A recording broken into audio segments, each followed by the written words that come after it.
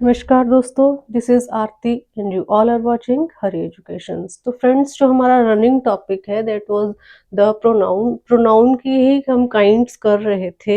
And three kinds of pronoun we have completed successfully. And the fourth kind of pronoun is distributive pronoun.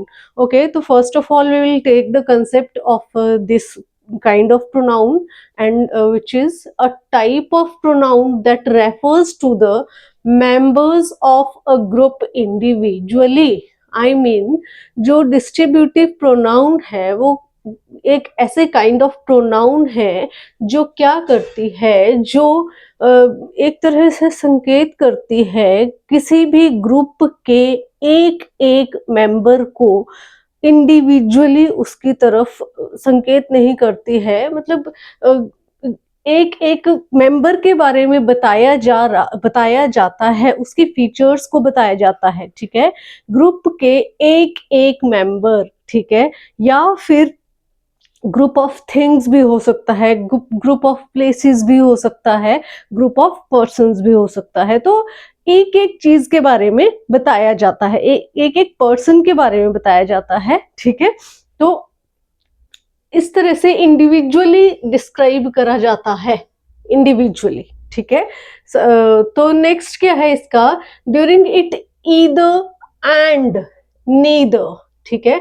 अब either और neither को कैसे use किया जाता है?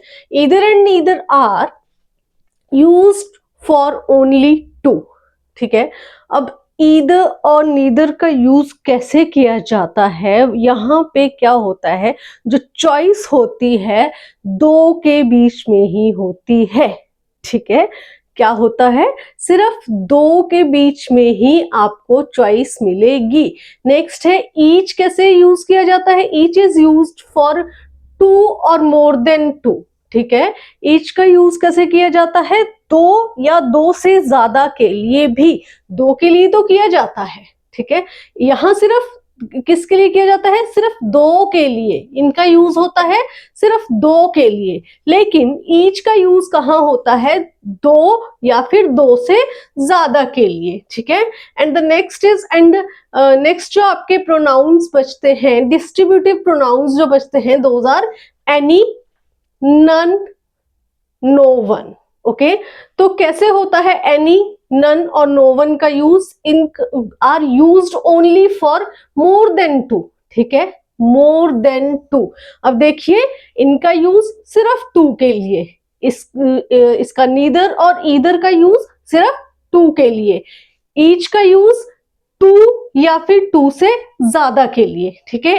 Any, none and no one का use सिर्फ दो से ज्यादा के लिए। यहाँ पे दो भी होगा और दो से ज्यादा भी होगा, यहाँ सिर्फ दो से ज्यादा ही होगा, ठीक है, और यहाँ पे सिर्फ दो ही होगा, ठीक है। होप सो क्लियर हुआ होगा।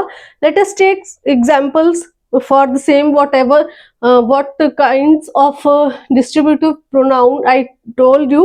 Then now we'll take the use of all these distributive pronouns such as either, neither, और आपका ये है each, ओके। देन each के बाद आ गया आपका any, okay.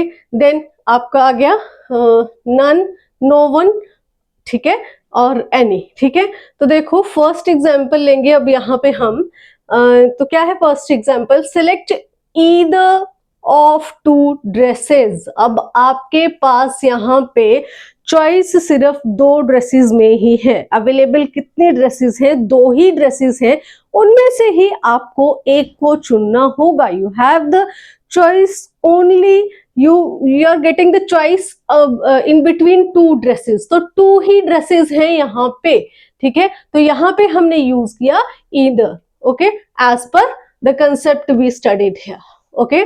now come to the next example, neither of two bananas is fresh, ठीक है। दोनों में से कोई भी एक बनाना जो है वो फ्रेश नहीं है।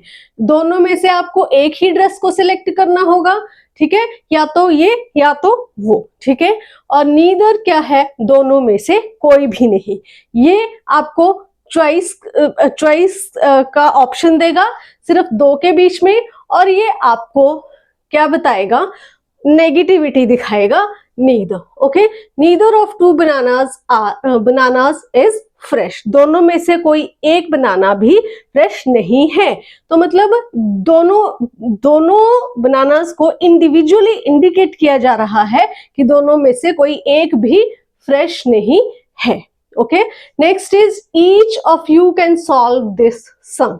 ठीक है, अब ईच का यूज हमने क्या किया था, यहाँ पे ईच का यूज हमने ये देखा था कि या दो या फिर दो से ज्यादा की चॉइस होती है हमारे पास, मतलब इंडिकेट किसकी तरफ किया जाएगा, दो या फिर दो से ज्यादा के लिए। Each of you can solve this sum. अब यहाँ पे दो बच्चों के बीच की बात भी हो सकती है ये, और for whole of the class this sentence is also applicable, चाहे क्लास में 40 स्टूडेंट्स हो, 50 स्टूडेंट्स हो, 30 हो या फिर 20 हो। ठीक है, तो ईच का यूज यहाँ पे, अब यहाँ पे कोई डेफिनेट आपको नहीं दिया है, नंबर ऑफ स्टूडेंट्स नहीं दिया है, बस ईच का यूज हुआ है। देयर में बी 2 स्टूडेंट्स और देयर में बी 20 स्टूडेंट्स, 2 और more than 2। Okay, next is none of them can complete it. अब यहाँ पे देखो, नन ऑफ देम, ठीक है, तो क्या बताया था मैंने आपको, any, none and no one are used only for more than 2। अब दो से ज्यादा लोगों की बात हो रही है यहाँ पे, इसलिए हमने यहाँ पे यूज किया डिस्ट्रीब्यूटिव प्रोनाउन नन। ठीक है, तो यही था छोटा सा कंसेप्ट। नेक्स्ट क्लास में आपके लिए मैं लेके आऊंगी demonstrative pronoun, next kind of pronouns. Okay, मिलते हैं आपसे नेक्स्ट क्लास में, तब तक के लिए नमस्कार।